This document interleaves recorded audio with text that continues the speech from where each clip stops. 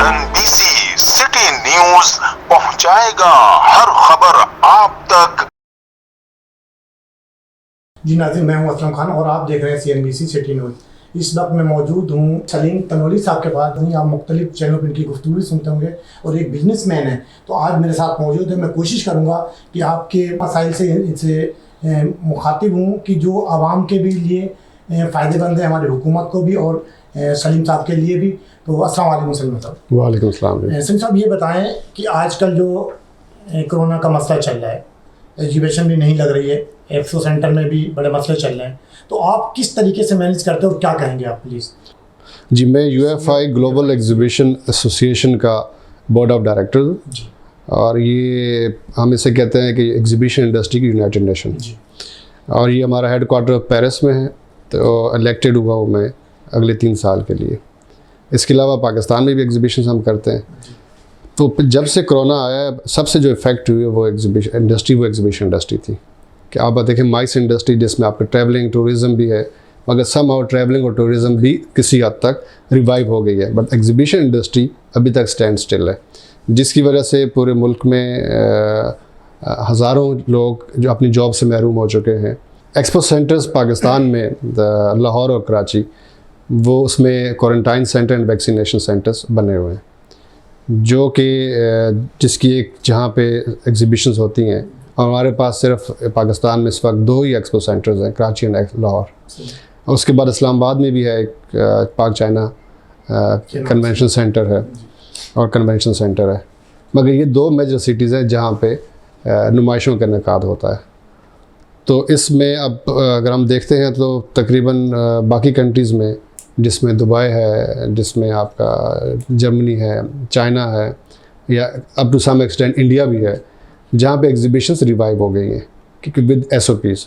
तो हमारी ये कोशिश है on behalf of UFI global association, हम कोशिश कर रहे हैं कि जहाँ पे जिस मुल्क में 10% से कम रेशो है इसका कोरोना का, तो वहाँ पे हम एग्जीबिशंस को SOPs के साथ हम उसको रिवाइव कर सकें। तो ये आपने गवर्नमेंट से कोई बात नहीं की कि हम अगर वहाँ जाएँ जहाँ 10% है वहाँ पर लगा सकें? तो ऐसी कोई गुफ्तगू आपकी नहीं हुई इमरान खान साहब से या उनकी काबीना से? हमारी एक्सपो सेंटर्स की मैनेजमेंट के साथ तो बात हुई है, एंड वो भी इस सिलसिले में ये कह रहे हैं कि हमें, चूँकि उनकी अपनी एक जो इनकम है जो एग्जीबिशन से आती है वो भी रुकी हुई है, और जो बाकी एक्टिविटीज़ हैं वो उनकी मेंटेनेंस और बाकी सारी चीज़ें वो भी रुकी हुई हैं। तो उस सिलसिले में तो हमारी बात हुई है। बहरहाल फिर भी मैंने गवर्नमेंट को भी लेटर लिखे हैं, और अभी रिसेंटली लिखा है लेटर, मिनिस्ट्री ऑफ कॉमर्स को लेटर लिखा है, TDAP से हमारी बात हुई है कि इस सिलसिले में कि वो इस एक्सपो सेंटर्स को हमें इसको मुतबादल पे लेके जाएं, वैक्सीनेशन सेंटर्स को किसी दूसरी जगह पे, और इस एक्टिविटीज़ को वो बहाल कर सकें, ताकि हमारी जो जिस तरह गवर्नमेंट की पॉलिसी है कि आप इंडस्ट्री को और आप इकॉनमी को रिवाइव करें और उसको बेहतर करें, और तो किसी भी मुल्क में एग्जीबिशन इंडस्ट्री के बगैर आपको लेटेस्ट टेक्नोलॉजी, इक्विपमेंट, जो मशीनरी है जो आप दिखाते हैं, वो उसका मुमकिन नहीं है। तो जब बेटर टेक्नोलॉजी आएगी, लोगों की आपस में जॉइंट वेंचर्स होंगे, उससे हमारी एक्सपोर्ट भी बढ़ेगी और हमारी इकॉनमी भी बेहतर होगी। तो इस सिलसिले में हम यही गवर्नमेंट से रिक्वेस्ट करते हैं। तो अभी आपके पास कोई, आपने जब बताया है तो उस पर कोई उन्होंने इसका जवाब नहीं दिया अभी तक? देखिए, एक्सपो सेंटर की हद तक तो उन्होंने तो कुछ मुतबादल अपनी जगह, जैसे लाहौर एक्सपो सेंटर है, तो उन्होंने तो इसमें कहा है कि हम इसको कुछ और दूसरी जगह पे कर सकते हैं। ख़त्म नहीं किया गया, अभी वहाँ पे चल रहा है ऑलरेडी? जी, वहाँ पे चल रहा है अभी तक वो ख़त्म नहीं किया गया, मगर देखें, उम्मीद है कि हम ये गवर्नमेंट। सलीम साहब, सवाल यहाँ पैदा होता है कि आपने अपनी उनको तजवीज़ दे दी, लेकिन गवर्नमेंट के पास ऐसी बहुत सी जगहें हैं मौजूद जो कि सरकारी स्कूल हैं, बहुत बड़े बड़े स्कूल। आपने देखा होगा रेंजर्स को भी उन्होंने दिए हुए मुख्तलिफ जगहों पे, तो इसी तरीके से वो वहाँ पे शिफ्ट कर सकते हैं। तो आपके जहन में क्या ये नहीं है कि गवर्नमेंट एक चीज़ नहीं चाहती? आप क्या समझते हैं? मेरे हिसाब से तो गवर्नमेंट के पास और जगह फैसिलिटीज़ हैं जहाँ पे वो इनको शिफ्ट कर सकते हैं, बिल्कुल शिफ्ट कर सकते हैं। लेकिन वो क्यों नहीं कर रहे हैं? सवाल यही पैदा, तो क्यों नहीं कर रहे हैं? मेरे हिसाब से उन्होंने वहाँ पे अपना पूरा एक सेटअप लगाया हुआ है, तो उस सेटअप की लॉजिस्टिक्स और मूवमेंट शायद उनके लिए इतनी आसान ना हो। मगर फिर भी किसी एक, ये एक नेशनल डिज़ास्टर है, उसकी वजह से आप एक इकॉनमी को नहीं रोक सकते, या एक किसी इंडस्ट्री को या एक बिज़नेस को आप उसको नहीं रोक सकते। अब सारे बिजनेसेस बहाल हैं पाकिस्तान में, अब तो रेस्टोरेंट्स और बाकी सारे भी खुल गए हैं, मगर सिर्फ ये वाहिद इंडस्ट्री है और ये एग्जीबिशंस किसी दूसरी जगह पे हो नहीं सकती एक्सपो सेंटर के अलावा, कि जहाँ पे आपकी हैवी मशीनरीज इक्विपमेंट जहाँ पे इन्वॉल्व होते हैं। तो इसलिए उनके पास मुतबादल जगह तो है, अगर आप if there is a will there is way. लेकिन मेरे ख्याल में तो ऐसी कोई चीज़ नहीं जो ना हो सके, नामुमकिन नहीं। उन्हें पहले भी गवर्नमेंट की चीज़ सोचना चाहिए कि यहाँ पे एक बिजनेस कम्युनिटी यहाँ पे अपनी एग्जीबिशन लगाती है, तो उन्हें पहले ये बात सोचना चाहिए कि हमारे पास बहुत ही मुताबिक जगह हैं, स्कूल पड़े हुए हैं और शादी हाल हैं, उनमें भी कर सकते हैं मुख्तलिफ जगहों पर। तो उन्होंने एक्सपो सेंटर को क्यों चॉइस किया, ऐसा क्यों? मेरे ख्याल में जब कोरोना आया था तो उस वक्त हर तरफ अफरा तफरी थी और ये अवेलेबल जगह थी, और उस वक्त ये अंदाज़ा था कि जब कोरोना होगा तो एक्सपो सेंटर्स में एग्जीबिशन नहीं होगी, क्योंकि सोशल डिस्टेंसिंग का भी था और बहुत सारी दूसरी एक्टिविटीज़ थी, शादियों के ऊपर भी पाबंदी लग गई थी। तो उसी तरह उन्होंने फिर इस जगह को चुना। मगर चूँकि अब हम मुतालबा इसलिए कर रहे हैं कि बाकी सारे बिज़नेस खुल गए हैं SOPs के तहत, अब शॉपिंग मॉल्स खुल गए हैं, शादियों के ऊपर पाबंदियाँ अब नहीं हैं, होटल्स में आप जा रहे हैं, रेस्टोरेंट्स में आप जा रहे हैं, ट्रैवलिंग हो रही है, इनफैक्ट सारी इंडस्ट्रियाँ खुल गई हैं सवाए इस एग्जीबिशन इंडस्ट्री के। अब एग्जीबिटर्स भी तैयार है, मैन्युफैक्चरर भी तैयार है, विजिटर्स भी तैयार है, अब एक्सपो सेंटर तैयार नहीं है।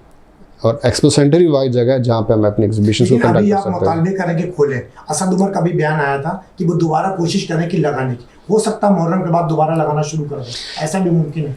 देखें, अगर ये 5 महीने 6 महीने की बात होती या थोड़े से अरसे की बात होती तो फिर भी हम उसको वो बात करते। अब ऑलमोस्ट 2 साल होने को आए हैं, तो इसी तरह ये कभी एक वेव आती है, कभी दूसरी आती है, कभी तीसरी आती है, अब चौथी आ रही है, तो ये सिलसिला तो चलता रहेगा। तो हमें न्यू नॉर्मल के साथ ज़िंदा रहना होगा और अपनी सारी एक्टिविटीज़ जारी रखनी होगी। इसलिए उनको चाहिए कि वो मुतबादल जगह तलाश करें और साथ साथ SOPs के तहत जिस तरह बाकी बिजनेसों को इजाज़त दी है, एग्जीबिशन इंडस्ट्री को भी इजाज़त दें। लेकिन आप अगर जिस तरीके से आप ये इंडस्ट्री को लेकर चल रहे हैं, आप एक पौधा भी रखते हैं, तो आप खुद क्यों नहीं इमरान खान साहब से बात करते हैं, अपनी पूरी कमेटी काबीना को ले जाकर एक लेटर रखें और उनको जाकर अपनी तजवीज़ सामने रखें कि सर ये चीज़ है और हम कब तक आवाम को हम भूखा मारते रहेंगे? देखिए, मैं आप तो आवाम को ही फ़ायदा है, हमें अकेले अकेले सलीम तनवीरी को तो फ़ायदा नहीं है, देखिए आवाम को फ़ायदा, गवर्नमेंट को फ़ायदा है, तो उधर क्यों नहीं उनका जो जाता है? मैं आपके इस प्रोग्राम के तवसत से इमरान खान साहब से अपील करता हूँ पूरी इंडस्ट्री की बिहाफ पे कि आप हमारी बात को सुनें और हमें आप टाइम दें। हम आपसे मिलके भी इस चीज़ को डिस्कस कर सकते हैं और हम आपको इसकी इम्पोर्टेंस भी आके बयान कर सकते हैं कि एग्जीबिशन इंडस्ट्री की इम्पोर्टेंस कितनी है। अब इसकी मैं इम्पोर्टेंस को आपको बताता हूँ कि जैसे जर्मनी एक कंट्री है, अब हमारे सामने जर्मनी मशीन्स में, ऑटो इंडस्ट्री में, जर्मनी में मशीन्स में और आपका ऑटो इंडस्ट्री में जर्मनी बहुत खुद कफील है, मगर आपको अंदाज़ा नहीं होगा कि जर्मनी सबसे ज़्यादा उसका रेवेन्यू आ रहा है वो एग्जीबिशन इंडस्ट्री से आ रहा है। इसी तरह चाइना ने अपने हर सिटी को एग्जीबिशन सिटी डिक्लेयर किया हुआ है और चाइना ने SOPs के तहत अपने सारे एग्जीबिशन सेंटर्स खोल दिए कि इसकी इम्पोर्टेंस को देखते हुए।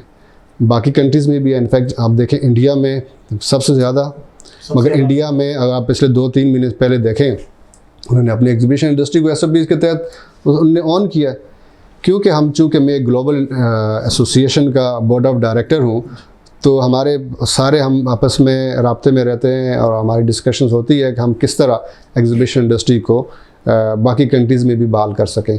तो फिर हमारी एक अपने सर्वे होता है कि हम किस तरह उसमें एटलीस्ट कितने परसेंटेज के ऊपर अगर कोरोना हो तो हम उसको वो करते हैं। तो बाकी सारी गवर्नमेंट्स, आप दुबई देखें एक्सपो 2021 में करवा रहे हैं अक्टूबर में, और उसमें ग्लोबल विजिटर्स भी आएंगे, तो उन्होंने अपने लोकल एग्जीबिशन भी सारी ओपन कर दी हैं SOPs के तहत।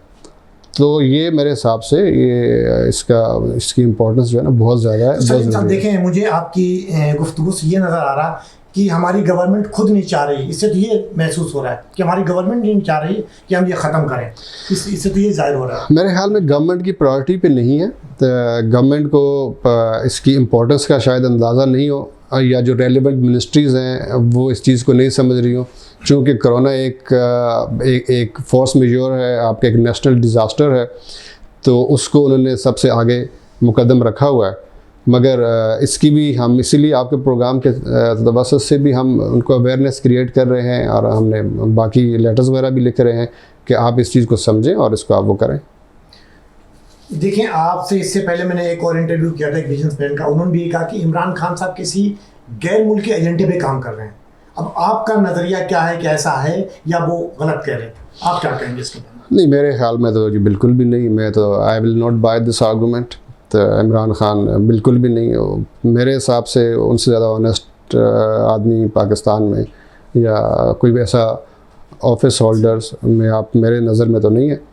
तो वो तो एब्सोल्युटली मुल्क के लिए काम कर रहे हैं, इस कौम के लिए काम कर रहे हैं। और जितनी अच्छी पॉलिसीज़ कोरोना में हमारे प्राइम मिनिस्टर ने दी हैं, जिसका WHO और पूरी दुनिया उसको अप्रिशिएट कर रही है।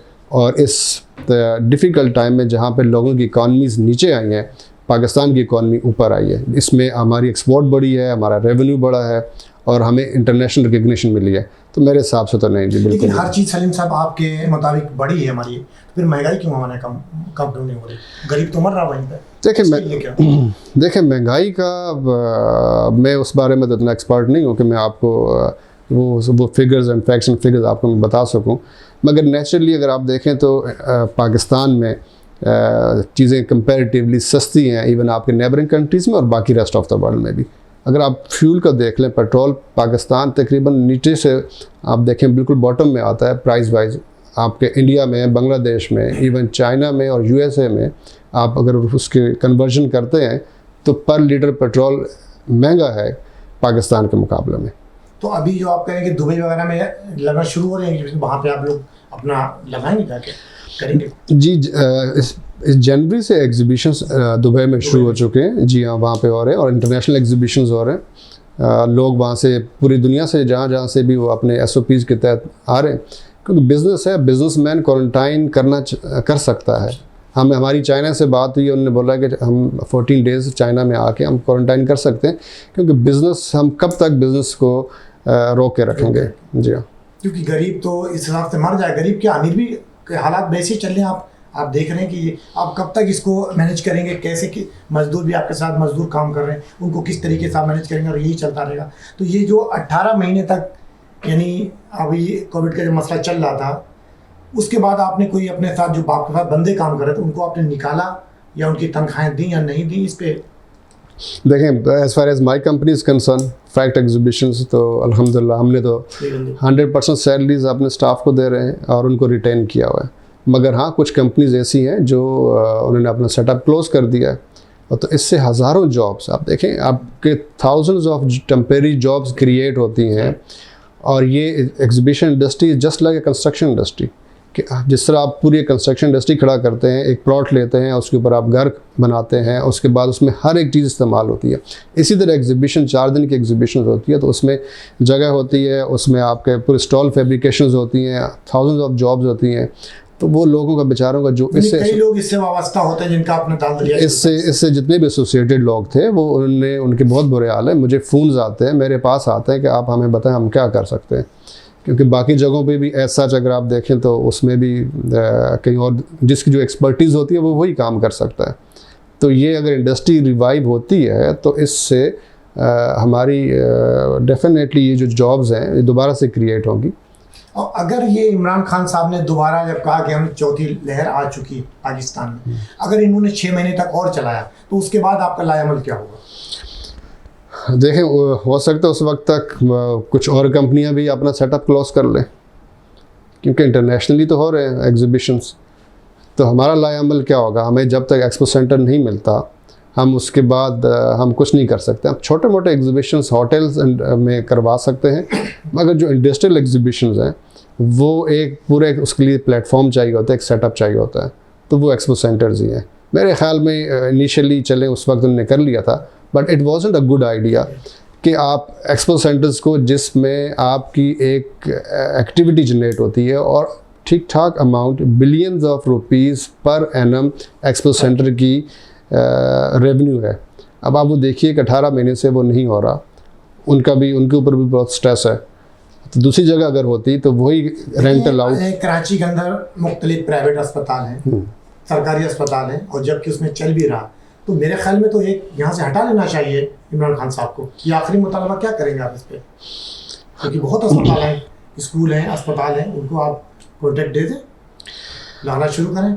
मार्केटें हैं, यहाँ पे बंदे को लाएं, आप लोग मैनेज करके उनको कहें कि भाई हर बंदे के लगवाएं आप, जबकि ऐसा चल भी रहा है। तो ये नहीं अगर मुनासिब है और वहाँ से हटा दिया।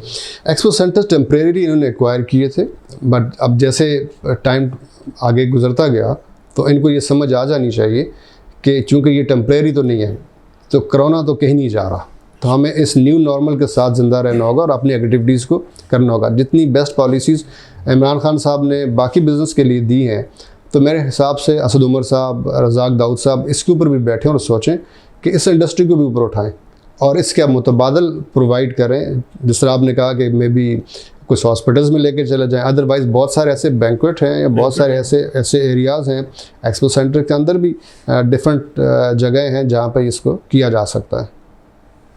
नाज़रीन, ये थे सलीम तनोली साहब, जिनकी गुफ्तगू आपने सुनी। बड़ी खूबसूरत बात की कि बहुत सी ऐसी जगहें हैं जहाँ पे जाके मैनेज कर सकते हैं, क्योंकि हॉस्पिटल भी हैं, स्कूल भी हैं और भी गवर्नमेंट के काफ़ी इदारे हैं जो कि बिल्कुल ऐसे ही पड़े हुए हैं। मैं अक्सर जाता रहता हूँ सिंध के अंदर, कराची में भी ऐसे बहुत से स्कूल हैं जो कि बिल्कुल बंद पड़े हुए हैं। अगर उसमें मैनेज कर लें तो शायद ये अपना एक सिलसिला चल सकता है, जिससे कई लोग इससे वाबस्ता हो सकते हैं, कई लोगों के इससे रोज़गार चल सकता है। तो इस पर भी गौर करना चाहिए और इंशाल्लाह कल किसी और नए मेहमान के साथ आपसे मुलाकात होगी। अल्लाह हाफिज़। पाकिस्तान जिंदाबाद।